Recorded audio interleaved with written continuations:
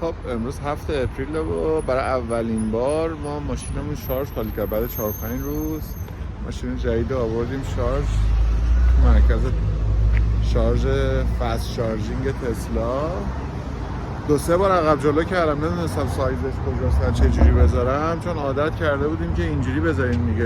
دنده عقب می اومدیم از این طرفش میزدیم، ولی این ماشین جلوش میخوره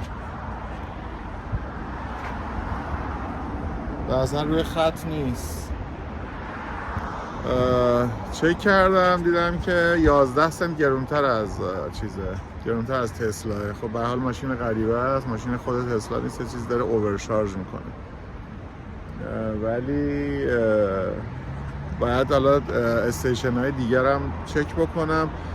توی بریتیش کلمبیا استانی که من زندگی میکنم اداره برقش اسمش BC هایدروه و برق خونه، برق مغازه، همه چی. یه سری استیشن های ایستگاه های برق هم داره برای ماشین های شارژر. من تا حالا اون استفاده نکردم چون به تسلا نمیخوره اصلا. اونم رو اپلیکیشن کادیلاک هست، اونم دانلود کردم، کاراشو کردم. دفعه بعد میرم اونجا شارژ میکنم، توی محله دیگه است، نزدیک 3-4 دقیقه این است. اونم برآورد بکنم ببینم امروز فاکتورش چقدر میشه. من از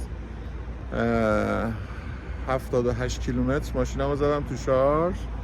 یه مقدار سرعتش هم از شارژ تسلا کمتره، زمان بیشتر میبره و اینکه ببینم چقدر میشه قیمتش، با اون هم باید مقایسه کنم. ولی همه امکاناتش رو داره که با همه چی شارژ بشه. سری‌های مختلف هم داره، ولی الان خود این سری رو برای تسلا ساختن، یعنی مثل تسلا ساختن. ببینیم چی از آب در میاد. حالا تو این فاصله یه چیزی هم بخوریم تا این کامل شارژ بشه. میبینم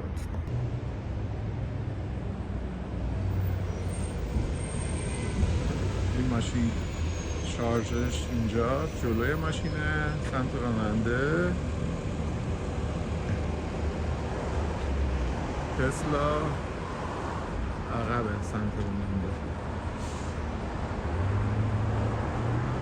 موقعی که من ماشین رو خریدم اینجا نبود، بعدن اینجا احداث شد. یه دونه بود که نورت ونکوور و الان 2 تاست که این بزرگتر در نزدیکی برگر کینگ هم. خب این خطا وقتی کامل بشه پر میشه. اینجا گزارششه که الان 490 کیلومتر شارژ داره و تا 500 کیلومتر میره. 94%. اون استیمیتش اشتباهه. خود تسلا هم استیمیت دقیقی نداشتن، نیم ساعت دیگه فکر کنم تا 7-8 دقیقه دیگه تموم بشه. چه اتفاقی افتاد؟ زمان خیلی بیشتری من تو شارژر وایسادم، از ساعت 7:30 الان 8:25 دقیقه است، فکر کنم تا 8:30. 1 ساعت تو شارژم بابت 420 کیلومتر، اما خیلی دیرتر از تسلا باتری خالی کرد.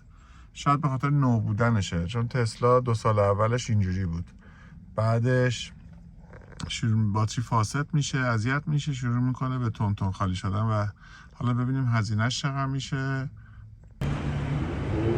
خب شارژش کامل شد. توی تسلا روی صفحه‌اش و روی گوشی یه دونه شاسی داشت که میکشیدیم و قطع میشد، ولی اینو بذارید تست کنم چجوری ببینم میتونم داریم همچین اپ ندیدمش. یه دکمه داره روی اون دستگیره، دکمه رو زدم قطع شد، قرمز شد و دری که بسته میشه و میریم به سلام. ما یه 2 روزه که هوای آفتابی داریم تو ونکوور، ولی یه نمه سوزی میاد. فکر میکنم که این شب سرد میشه، صبح هم سرد میشه. الان از روی اقیانوس هم یه باد خنکی میاد. ونکوور زیبا، عاشقشم، خیلی دوستش دارم.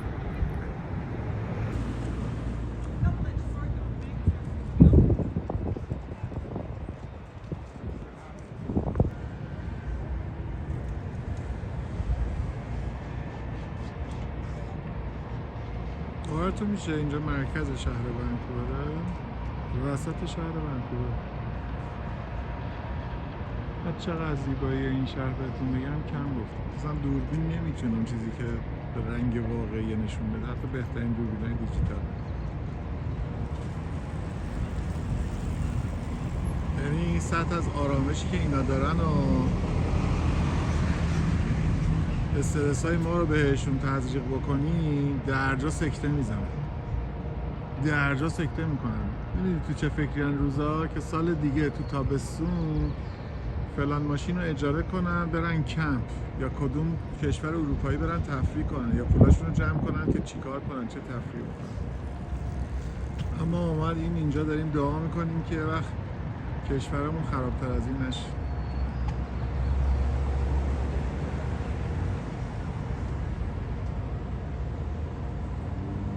که اتفاق بعدی این روزا واسش نیفته. برکی رو یادتونه؟ تو ونکوور ها اون برکی ساندویجی باش ما خونه ساندویج هست کن کوکو سبزی و هات داگ و اینا. خیلی بندری با جای همگی خالی.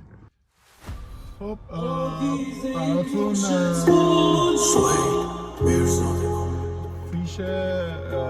فیش که نه رسیدی که الکترونیکی میاد رو اپ همو براتون میفرستم. $30 خورده سنت شد، ولی این مصرف 3 روزه. من تو تسلا روزی $11-12 میزدم و اون $11-12 برای یه روزم بود. یه مقدار لابلا رفتم تو ونکوور چرخیدم، فیلم گرفتم، لابلاش میذارم. طبیعت ونکوور اونا هم داشته باشین. یه ونکوور گردی هم هست. در حال اطلاعات کانادا داره شیر میشه، اونا هم براتون میذارم. امیدوارم که براتون جذاب بشه. این فعلا شارژر تسلا برای 1 ساعت 432 کیلومتر $30 و حدوداً 76 سنت. دقیقا یادم نیست، صبح بود. براتون فیشش رو آخر ویدیو میذارم، رسیده الکترونیکی شد. و تا ویدیو بعدی قربونتون برم.